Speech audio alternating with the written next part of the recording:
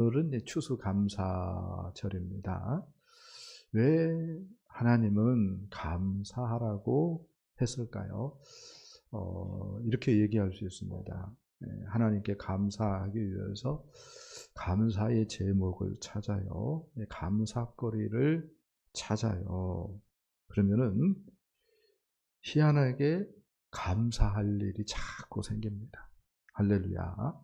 그런데 역으로 불평을 일삼고 투덜거리고 원망하고 그러면은요 정말로 불평거리가 많이 생깁니다.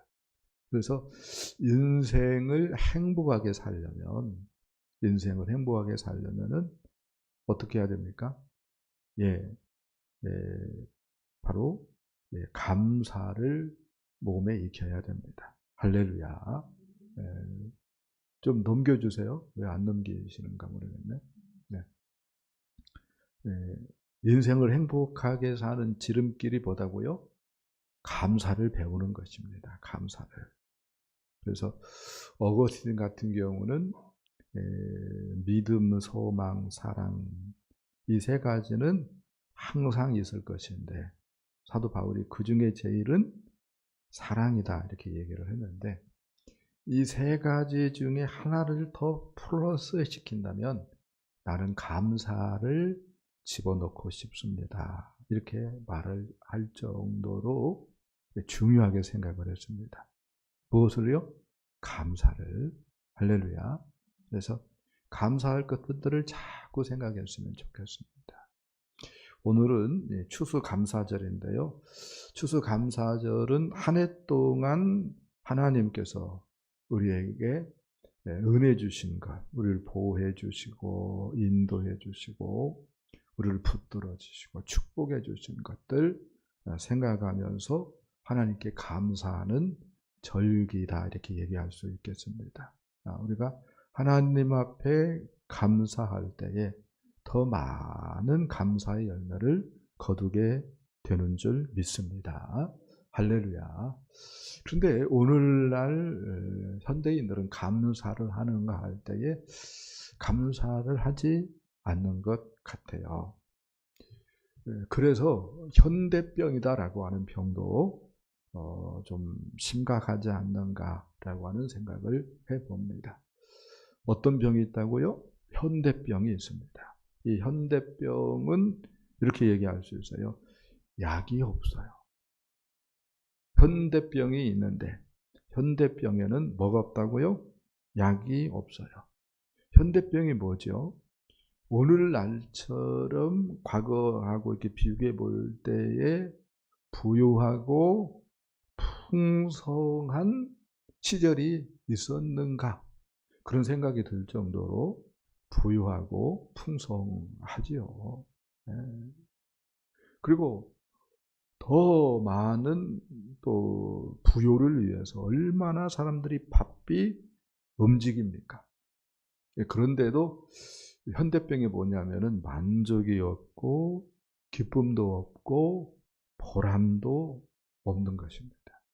그래서 혼자서 내가 인생을 왜 살지? 그렇게 생각하는 것이 현대병입니다. 외로움을 느끼고 고독을 느끼는 것.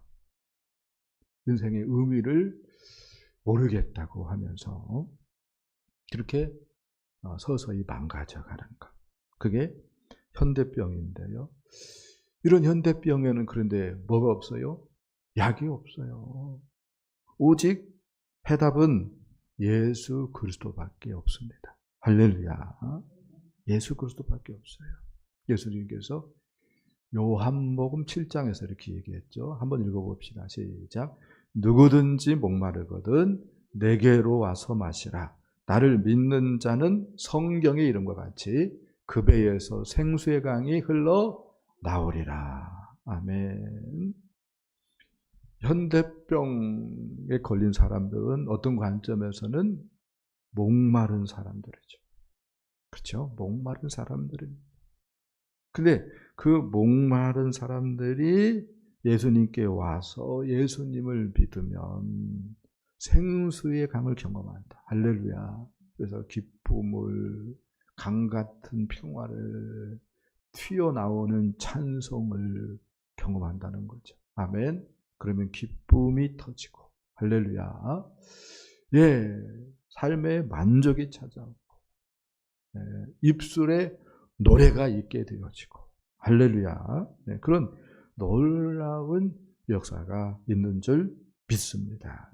그래요. 성령 충만하면은요, 고독이 뭐예요? 외로움이 뭡니까? 성령 충만하면 만족이 있고요. 아멘. 기쁨이 있고요. 보람이 있고요. 감사하는 사람이 되는 줄 믿습니다. 할렐루야. 이런 말을 하고 싶어요. 비전이라고 하는 것을 우리가 품고 비전을 향하여서 나아갈 때에 어느 날 비전이 나를 이렇게 이끌고 가는 것을 볼 수가 있습니다. 네, 마찬가지입니다. 우리가 성령을 사모해요. 할렐루야. 그런데 어느 날부터는 성령님이 우리를 사로잡아서 우리를 쓰는 것을 경험할 수 있습니다. 할렐루야. 그렇게 할 때는 뭐예요? 정말로 뭐예요? 날개를 다는 것 같은 그걸 느끼는 거죠. 기쁨이 넘치고 능력이 샘솟고 활력이 넘치고 아멘. 정말로 매력 있는 사람이 되는 줄 믿습니다. 할렐루야. 오늘 말씀은 이렇게 성령에 대해서 말씀을 하고 있는 내용이 되어지겠습니다.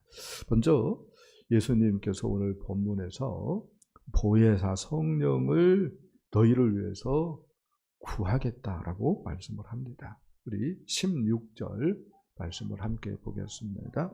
시작. 내가 아버지께 구하겠으니 그가 또 다른 보혜사를 너희에게 주사 영원토록 너희와 함께 있게 하리니. 아멘. 예수님께서 말씀합니다. 내가 아버지께 구하겠다. 아버지는 성부 하나님을 얘기하는 거예요. 그러니까 성령을 나 보내줄 수 있는가? 그게 아닙니다. 누가 보내줄 수 있다고 예수님은 얘기를 합니까? 나라고 얘기를 하고 있어요. 내가 아버지께 구해서 아버지가 나에게 성령을 부어줄 수 있도록 하면은 내가 성령을 보내주겠다. 이렇게 예수님께서 말씀을 하고 있다. 얘기할 수가 있겠습니다. 이게 무슨 얘기냐면요. 십자가 사역으로 죄 문제를 해결하신 예수님만이 성령을 보내줄 수 있는 자격이 있다는 것입니다. 그러니까 거꾸로 누군가가 기도 많이 했다고 혹은 40일 기도했다고 혹은 40일 기도 3번 했다고 성령 받아라 라고 얘기한다면은 모순이에요? 모순이 아니에요? 모순이라는 거죠. 왜요? 예수님이 우리를 위해서 십자가 지셨지 그 부흥 강사가 십자가 져주지 않았기 때문에 그래요. 그래서 부흥 강사는요, 사람은요, 저를 포함해서 모든 사람은요, 성령 받아라 하면서 그렇게 얘기할 자격이 있을까요, 없을까요? 없어요. 오직 누구만? 예수님만. 왜요? 예수님이 우리가 성령 받을 수 있도록 죄 문제를 십자가에서 해결해 주셨기 때문에 그렇습니다. 아멘. 그리고 성령을 하나님께로부터 받아가지고 우리에게 부어주시려고 어디에 가셨기 때문입니까? 하늘 보좌에 가셨기 때문에 그렇습니다. 그래서 예수님만이 우리에게 성령 받아라 라고 얘기할 수 있는 자격이 있다. 할렐루야. 그런데 예수님께서 이렇게 얘기하고 있어요. 성령을 또 다른 보혜사라고 얘기를 하고 있어요. 또 다른 보혜사. 이 보혜사라고 하는 말이 있는데요. 이 보혜사라고 하는 말은 변호사, 위로자, 또 상담자, 그런 말입니다. 그런데 이런 변호사, 위로자, 상담자, 이런 말을 통틀어서 우리의 그 현실 감각에 맞는 단어가 무엇일까 생각할 때에 매니저라고 하는 생각을 좀 해봤어요. 무슨 말인지 이해됐어요? 이해 안 됐어요? 이해됐겠죠? 그러니까 예수님이 또 다른 보혜사를 보내주겠다라고 말을 하는 그 뉘앙스는 제자들에게 있어서 예수님이 제1보혜사다라고 하는 말입니다. 무슨 말 이해되셨어요? 그러니까 예수님이 보혜사라고 하는 뜻에서 선한 목자다라고 얘기를 하신 것이고요. 빛이다라고 하는 말을 하신 것이고요. 그렇게 우리가 생각해 볼 수 있습니다. 그런데 예수님만 보혜사가 아니라 예수님께서 성령도 또 다른 보혜사다 이렇게 말씀을 하십니다. 네. 그래서 그 다른 보혜사 성령을 너희에게 보내주겠다라고 말씀을 하십니다. 이렇게 얘기할 수 있겠죠. 이렇게 예수님이 성령을 우리에게 보내주심으로 말미암아서 성령을 보내주심으로 말미암아서 이제 예수님은 승천하셔서 하늘 보좌에서 우리를 위해서 뭐하죠? 중보하죠.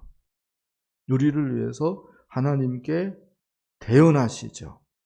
그리고 아래서는 성령님이 우리 안에 내주하셔서 우리를 위해서 말할 수 없는 탄식으로 뭐하죠? 기도하죠.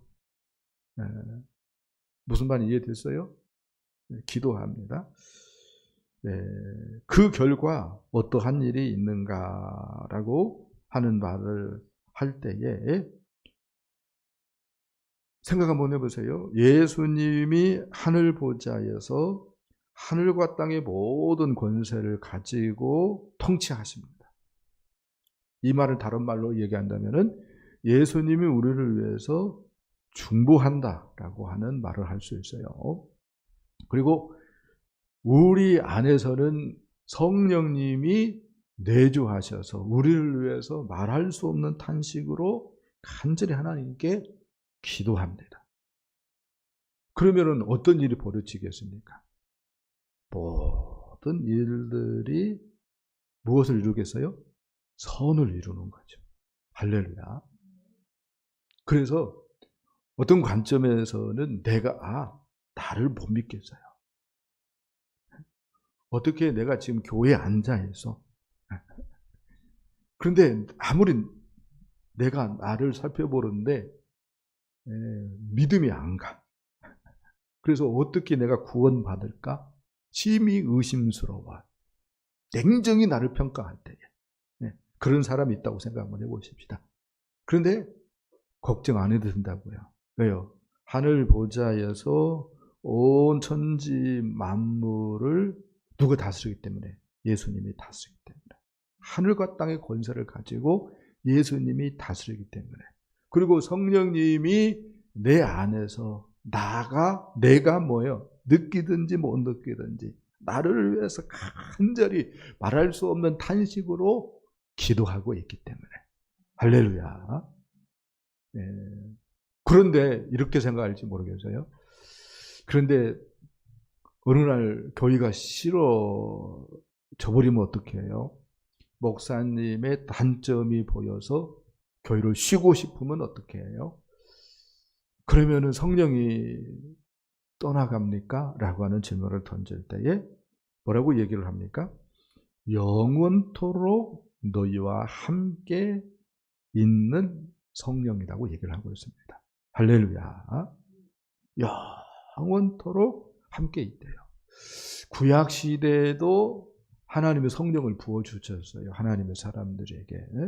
근데 그때는 이렇게 얘기할 수 있어요. 어떤 사역을 감당하게 하고 성령이 떠나가기도 했어요. 구약시대 때는. 그래서 삼손을 우리가 생각을 해볼 때에 삼손의 그 머리카락이 들릴라, 마녀 같은, 그쵸? 들릴라에 의해서 머리카락이 밀려졌을 때에 성령이 어떻게 해버렸어요? 떠나가 버렸어요. 그래가지고 삼손이 그전만큼 힘을 쓸 수 있었어요? 없었어요?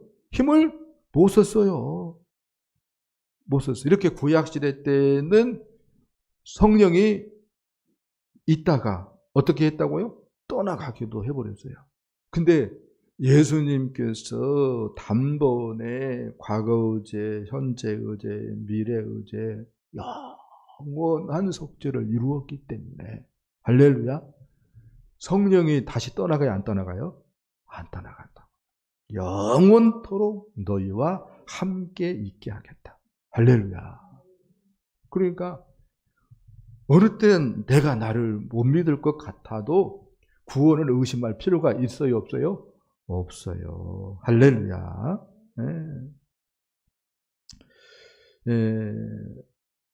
이렇게 얘기하고 싶어요. 사도 바울이 로마서 8장 28절에서 우리가 알거니와 하나님을 사랑하는 자 곧 그 뜻대로 부르심을 입은 자들에게는 모든 것이 합력하여 선을 이루느니라. 아멘. 이 말씀처럼 이제 우리는 모든 것이 합력해서 선을 이루어가게 되어 있는 줄 믿습니다. 할렐루야. 그렇다고 해서 오해를 하면 안 됩니다. 넘어졌는데 돈 줬는다. 그런 말은 아닙니다. 뒤로 넘어졌는데 뭐 복권을 하나 주셨는데 그게 당첨된다. 그런 말이 아닙니다. 선을 이룬다라고 하는 말은 어떤 뉘앙스냐면요. 예수님을 닮아간다라고 하는 것입니다. 아멘. 그게 더 좋은 거죠. 할렐루야. 그게 더 좋은 거죠. 왜 이 얘기를 하냐면요. 찬송가 중에 나의 갈 길 다가도록이라고 하는 찬송가가 있어요. 거기 보면은 후렴 부분에 무슨 일을 만나든지 만사형통하리라. 그렇게 가사가 되어 있는데 그 말의 원뜻은 모든 것이 합력해서 누구 닮아가게 되어 있다? 예수님 닮아가게 되어 있다라고 하는 말입니다. 할렐루야. 왜 그렇게 된다고요? 내가 잘나고 똑똑하고 목사가 대단하고 교회가 열심이고가 아니라 주님이 승천하셔서 만왕의 왕으로 계시고 아멘. 성령님이 예수님 보내주셔가지고 우리 안에서 내주하시면서 말할 수 없는 단식으로 우리를 위해서 간절히 기도하기 때문에 우리는 믿음이 안 자라는 것 같은데 결국은 어떻게 된다고요? 믿음이 자라나고 넉넉히 천국에 들어가게 되는 줄 믿습니다. 할렐루야. 무슨 애를 만나든지 만사형통하리라. 무슨 애를 만나든지 만사형통하리라. 할렐루야.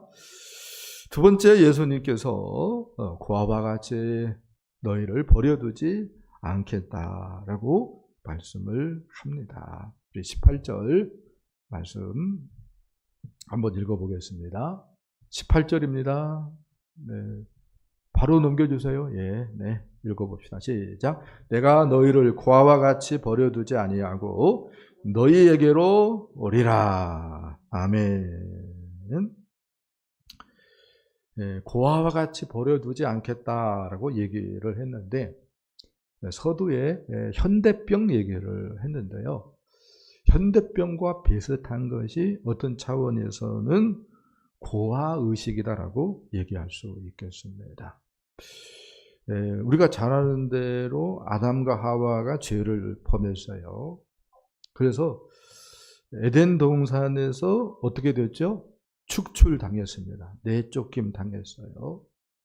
그 결과 이렇게 얘기할 수 있습니다. 너무너무 좋은 하나님을 만날 수 없어요. 경험할 수가 없었습니다. 없게 되었습니다. 이렇게 얘기할 수 있죠.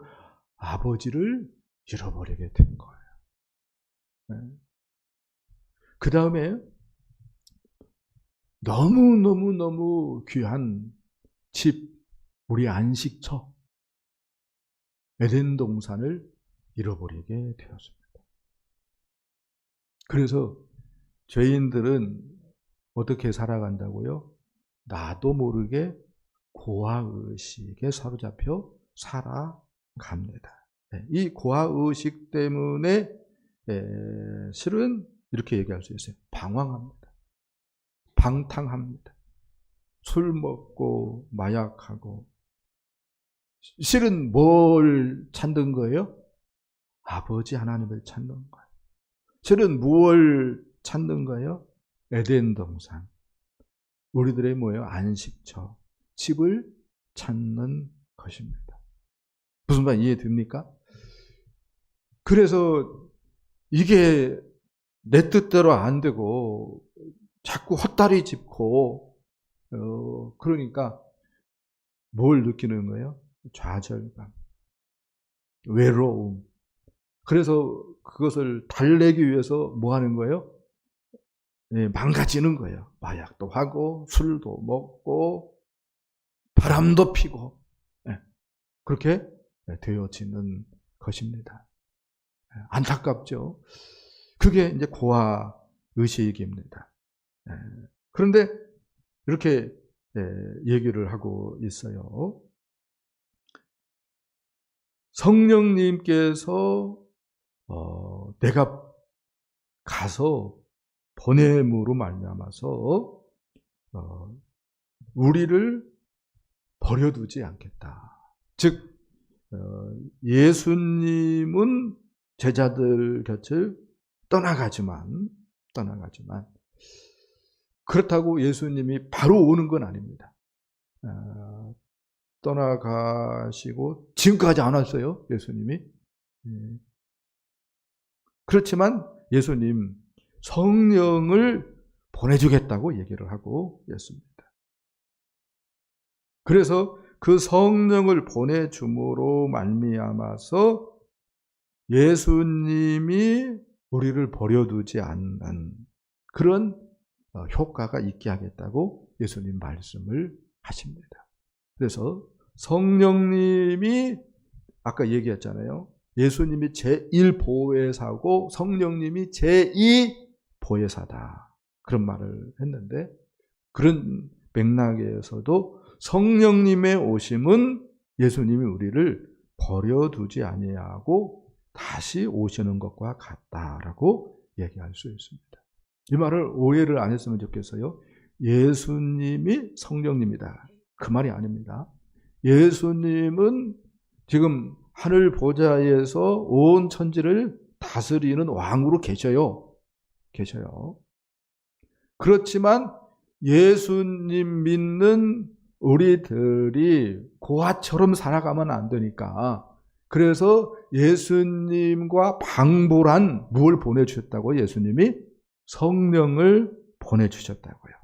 할렐루야. 이 성령에 충만되어지면 고아의식 해당 사항이 없습니다. 아멘. 하나님 때문에 난 이렇게 행복해도 돼요, 하나님. 할렐루야. 목이 터지도록 하나님 찬송하고 또 찬송해도 이 흥분을 주체할 수 없어요. 너무너무 하나님 좋아요. 할렐루야. 그런 상태가 되어주는 줄 믿습니다. 아멘. 자, 그런데 이렇게 얘기하고 싶어요. 이 정도가 아닙니다. 하나님의 성령 보내주심은 예수님이 보내주신다고 했다가 또 하나님이 보내준다고 하면 또 어떻게 헷갈리게 이렇게 얘기하고 싶을지 모르겠는데 성경이 그렇게 얘기를 해요. 예수님은 실은 하나님께서 예수님께 인수인계했기 때문에 성령을 보내주실 수 있는 그러한 자격을 부여했기 때문에 예수님이 교회에 성도들의 성령을 부어주시기 때문에 할렐루야. 실은 하나님 아버지가 성령을 보내는 것이다 라고 얘기할 수 있어요. 무슨 말 이해됐죠? 아무튼 성령을 보내주시는 것은 하나님께서 우리에게 나는 네 하나님이다. 나는 네 하나님이다. 나는 너만 알고 너만을 사랑한다 라고 하는 의미다라고 얘기할 수 있습니다. 이 말이 중요해요. 하나님이 우리에게 뭘 보내주신 것은 성령을 보내주신 것은 어떠한 취지로 보내주신다고요? 보내주신 것이라고요? 하나님은 누구 하나님이라는 거예요? 우리 하나님이라는 거예요. 아멘. 동시에 하나님은 누구만 알겠다는 거예요? 우리만 알겠다는 거예요. 하나님은 우리만 사랑하겠다는 거예요. 아멘. 이게 믿어지기를 축복합니다. 아멘. 그러면은 우리도 어떻게 해야 되죠? 하나님 외에 다른 것을 섬기면 안 되는 줄 믿습니다. 아멘. 우리도 하나님 알아가려고 성경도 읽고 성경도 공부하고 말씀도 묵상하고 순종해야 되는 줄 믿습니다. 우리도 하나님을 우리의 마음과 뜻과 힘을 다하여 사랑해야 되는 줄 믿습니다. 아멘. 그게 짝사랑이 아니잖아요. 그렇죠? 이 말을 구약식으로 얘기를 하면은 이런 말이 되어져요. 우리 출애굽기 19장 말씀을 보겠습니다. 출애굽기 19장입니다. 4절로 6절 써 있죠. 읽어봅시다. 시작. 내가 애굽 사람에게 어떻게 행하였음과 내가 어떻게 독수리 날개로 너희를 업어 내게로 인도하였음을 너희가 보았느니라. 세계가 다 내게 속하였나니 너희가 내 말을 잘 듣고 내 언약을 지키면 너희는 모든 민족 중에서 내 소유가 되겠고 너희가 내게 대하여 제사장 나라가 되며 거룩한 백성이 되리라. 너는 이 말을 이스라엘 자손에게 전할지니라. 아멘. 이렇게 얘기하고 있습니다. 하나님께서 이스라엘을 독수리 날개로 업어서 인도하였다라고 말씀을 합니다. 그러면서 세계가 다 내게 속했다라고 얘기를 합니다. 할렐루야. 온 세계가 다 누구에게 속했다고요? 하나님께, 우리 예수님께 속했습니다. 할렐루야. 그런데 그분이 이렇게 얘기를 하고 있어요. 너희는 내 소유다 라고 얘기합니다. 이 말이 무슨 말씀이에요? 전문 용어로 서귤라 그러는데 이 말은 내 보배 혹은 오마이 달링, 내 사랑 그런 말입니다. 네. 그 다음에 뭐라고 얘기합니까? 제사장 나라가 되고 거룩한 백성이다 라고 얘기를 하고 있습니다. 이 생각 한번 해보세요. 거룩한 백성, 어떤 차원에서 거룩한 백성입니까? 누구 닮아간다라고 하는 말입니까? 하나님 닮아간다는 말입니다. 그런 차원에서 거룩한 백성이라는 거야. 아멘. 그 다음에 제사장 나라 이렇게 얘기하고 있어요. 제사장은요 구약에서 보면은 옷도 특별한 옷을 입었어요. 존귀함의 대명사입니다. 그렇게 뭐 하겠다는 거예요? 높이겠다는 거예요. 아멘. 이 말이 지금 왜 나왔죠? 어떤 취지에서 나왔습니까? 하나님께서 나는 네 하나님이다. 나는 너만 알겠다. 나는 너만 사랑하겠다. 라고 하는 또 다른 표현이다. 라고 하는 말로 지금 얘기하고 있는 거예요. 네.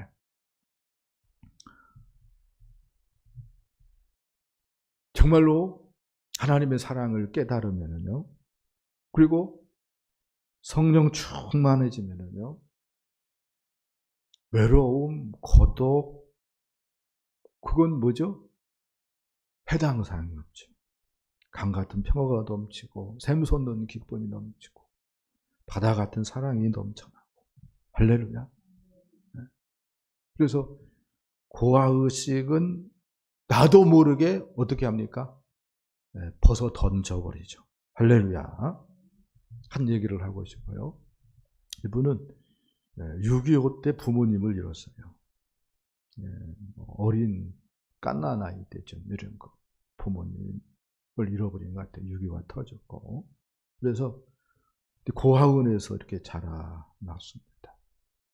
그런데 고아원을 나가야 되는 시기가 있잖아요. 그래서 고아원을 이제 청소년 시절이 돼가지고 나와서 식당에 가서 기술을 배웠습니다.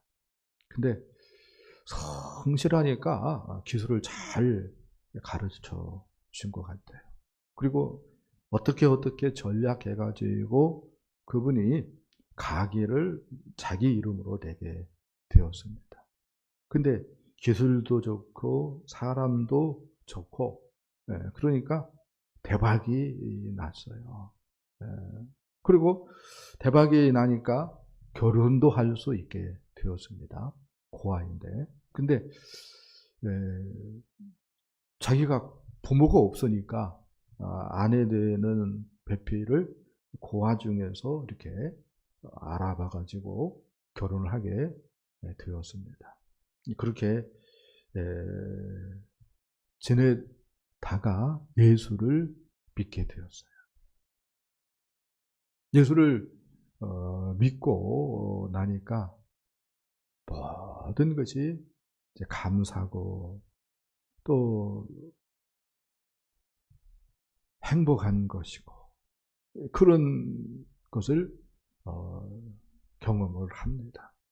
이 사람이 야고보서 1장 9절 말씀 보면은 낮은 형제는 자기의 높음을 자랑하고 부한 자는 자기의 낮아짐을 자랑할지니, 이런 말씀이 있는데, 이런 말씀처럼 세상을 보는 눈, 그다음에 자기를 보는 눈, 사람들을 보는 눈이 바뀝니다.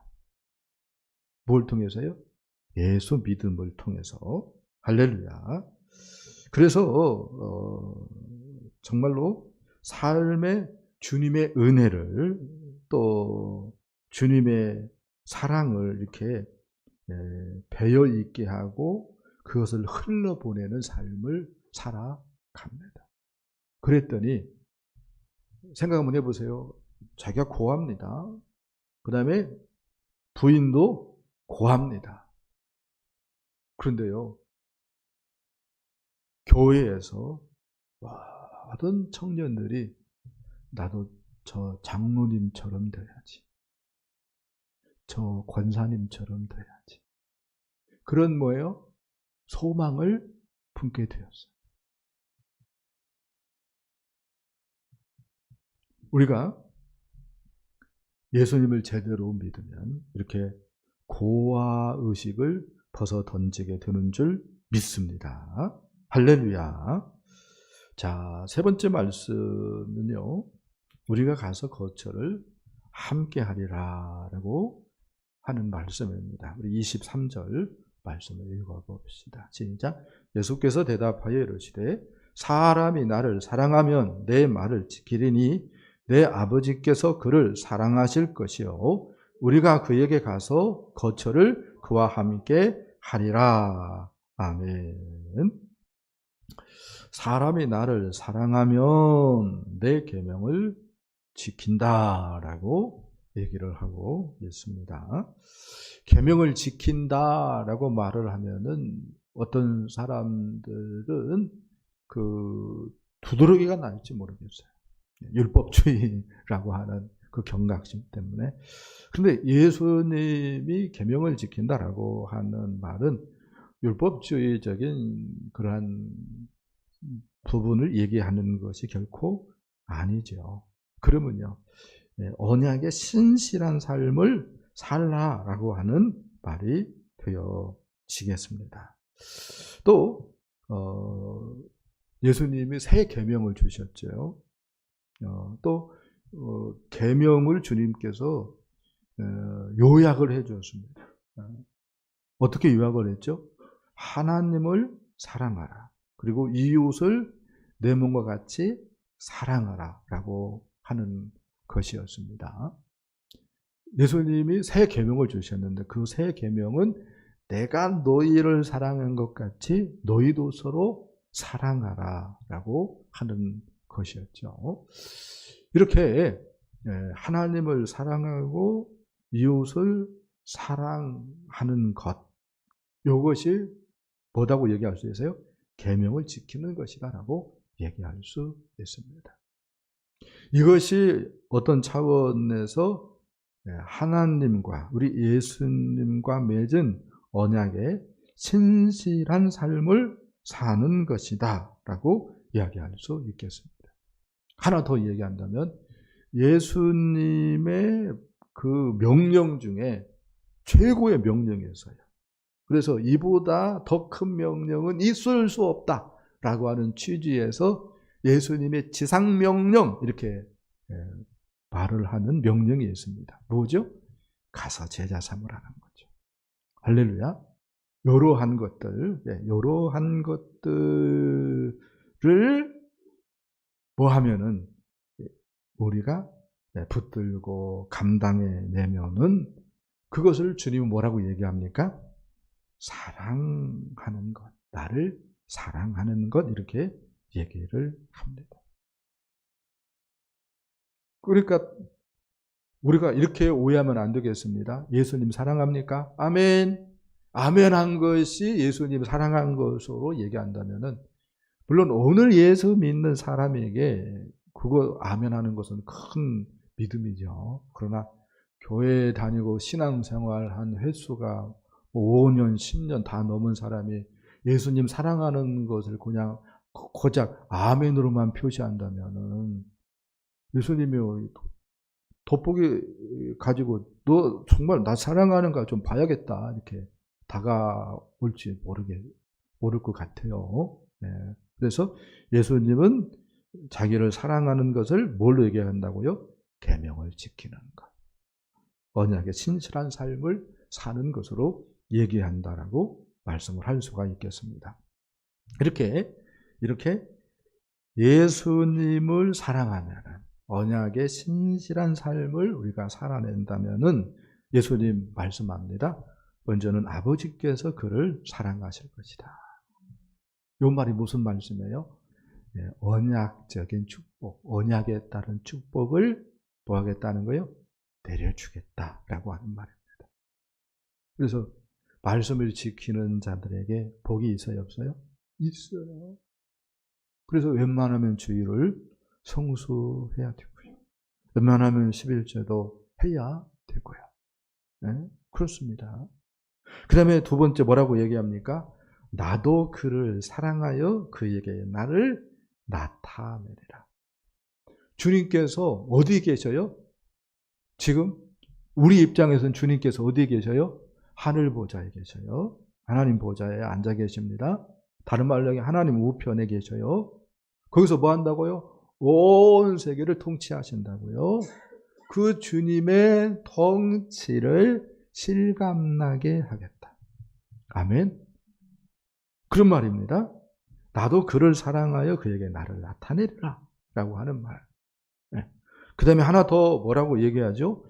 우리가 그에게 가서 거처를 그와 함께 하리라 라고 말씀을 합니다. 저도에 에덴 동산 얘기를 했어요. 아담과 하와가 에덴 동산에 살았을 때 얼마나 좋았을까. 그런 생각할 수가 있는데 계명을 지키면 언약적 삶을 살면 비록 발은 어디에 있지만 전주시 덕진구 덕진동 일가에 있지만 에덴 동산에 사는 것 같은 그런 기쁨과 행복을 누리게 하겠다라고 하는 말이 되어지겠습니다. 할렐루야. 누가 와버리기 때문에? 우리가 와버리기 때문에. 우리가 와버리기 때문에. 네. 자, 이 말을 다른 말로 살펴봅시다. 마가복음 8장 34절, 그 다음에 9장 1절입니다. 읽어봅시다. 시작. 무리가 제자들을 불러 이르시되 누구든지 나를 따라오려거든 자기를 부인하고 자기 십자가를 지고 나를 따를 것이니라. 또 그들에게 이르시되 내가 진실로 너희에게 이르노니 여기 서 있는 사람 중에는 죽기 전에 하나님의 나라가 권능으로 임하는 것을 볼 자들도 있느니라 하시니라. 아멘. 그러니까 요한복음 14장에서는 나를 사랑해서 내 말을 지키면 그랬죠. 근데 요 말을 예수님께서 마가복음에서는 뭐라고 얘기를 합니까? 자기를 부인하고 자기 십자가를 지고 나를 따르면, 그런 말로 얘기를 하고 있습니다.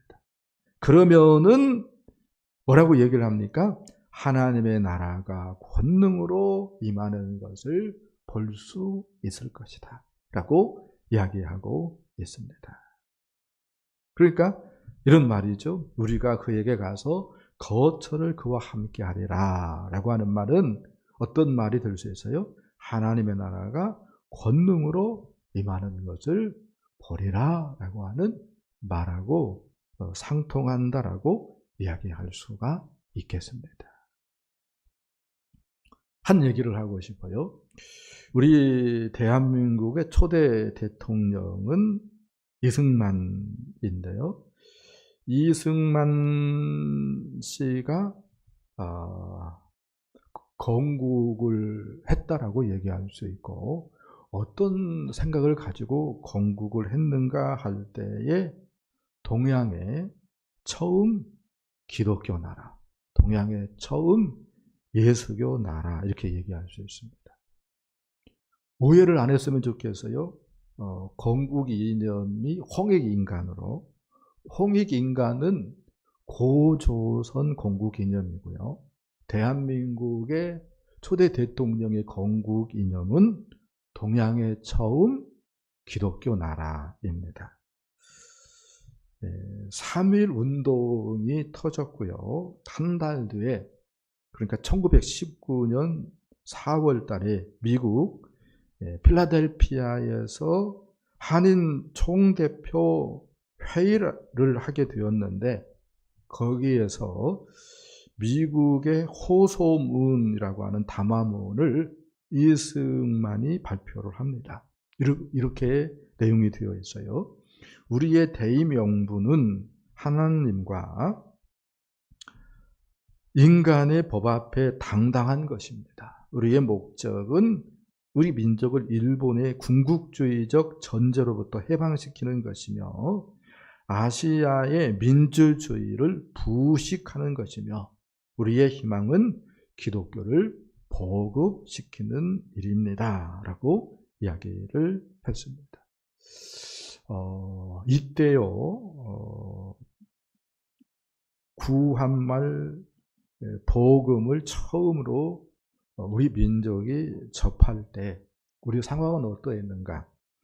평균 수명이 37살이었습니다.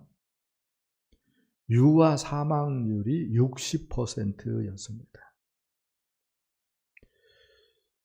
세계에서 가장 못 사는 나라였습니다. 이유는 뭐죠? 5,000년 동안 조상들 섬긴다고 제사하면서 우상 숭배하였기 때문입니다. 그런데 이승만 씨가 한성 감옥에 갇혀가지고 왕을 내쫓으려고 그랬어요. 고종 황제를. 황제, 즉 1인 독재하면은 영원히 우리나라는 이런 어려운 상황을 못 벗어난다. 배제학당 가가지고 민주주의라고 하는 것을 알고 국민들이 나라를 다스려야 된다. 그런 생각으로 고종황제를 내쫓아버리려고 했다가 뜻을 이루지 못하고 한성 감옥에 갇혔습니다. 사형수가 되었습니다. 그런데 복음을 그 감옥에서 접하고 예수를 믿고 복음 앞에 무릎을 꿇고 하나님 우리 민족을 구원하여 주옵소서. 하나님 내 영혼을 지옥 불고등에서 구원하여 주옵소서. 눈물을 흘리면서 기도를 드립니다. 한성 감옥보다도 몇천 배, 몇만 배 혹독한 것이 지옥 불고등이라고 하는 것을 이승만이는 깨닫고 거기서 나를 구원해달라고 기도합니다. 그리고 이제 선교사들의 구명운동으로 이승만 씨가 사형수에서 무기징역으로 바꿉니다. 그때부터 글을 쓰기 시작하는데 그 글구 중에 이런 글이 있어요. 지금은 먹을 것이 없어 사람이 굶어 죽는다. 그러나 우리나라가 기독교 국가가 되면은 먹을 것이 남아서 사람만 먹는 것이 아니라 개, 거북이, 금붕어를 먹일 것이다. 우리 집 안방에서 금붕어를 먹이고 금붕어가 헤엄쳐 노는 것을 보게 될 것이다. 세계 각국의 선교사를 파송하여 야만과 미개한 인종에게 전도한다면 우리의 나중복도 크겠고 우리의 권리도 크겠고 우리의 영광도 영국 혹은 미국같이 드러날 것이다. 그런데요, 정말로 하나님의 은혜로 우리나라가 일제에서 해방이 되어지고요. 이승만이 미국에 있었는데 이승만을 한국에 보내지 못하도록 미국에서 방해 공작을 했기 때문에 1948년에야 이승만이가 한국행 비행기에 오르게 되어집니다. 이승만이는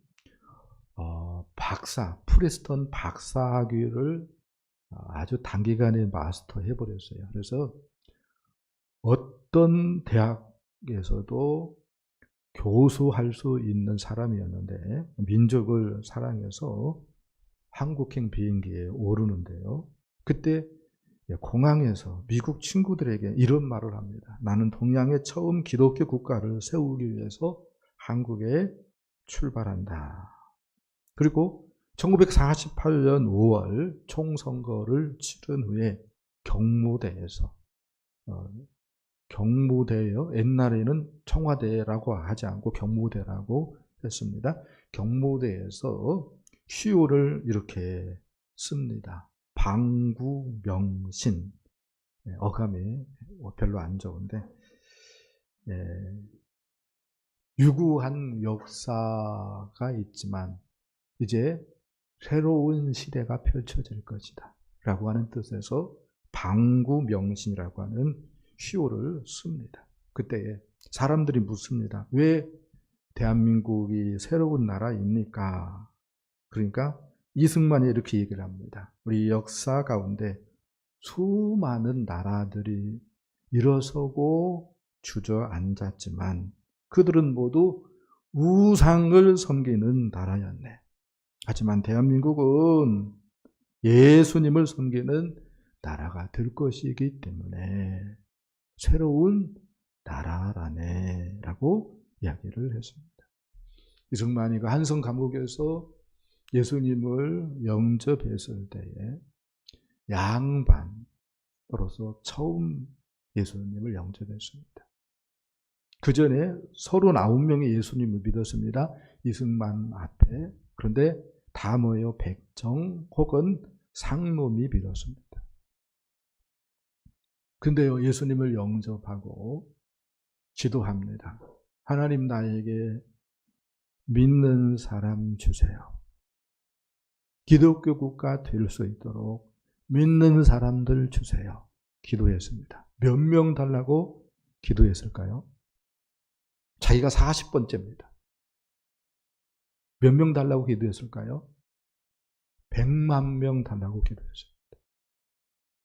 그리고 이승만 대통령이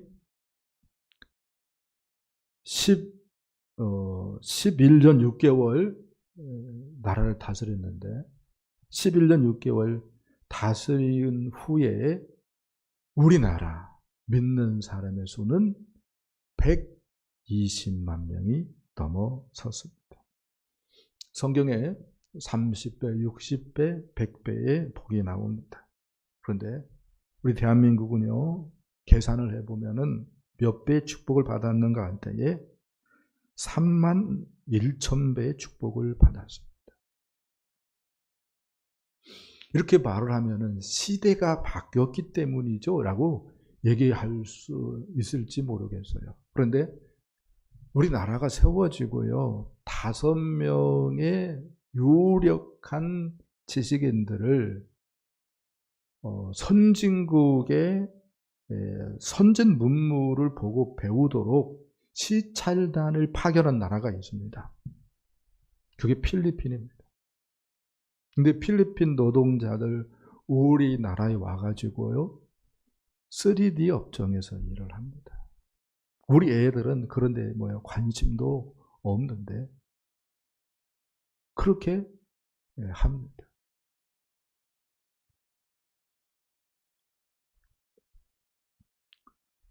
우리 어른들 평균 수명이 37세였는데 우리 시대 어른들 평균 수명이 82세입니다.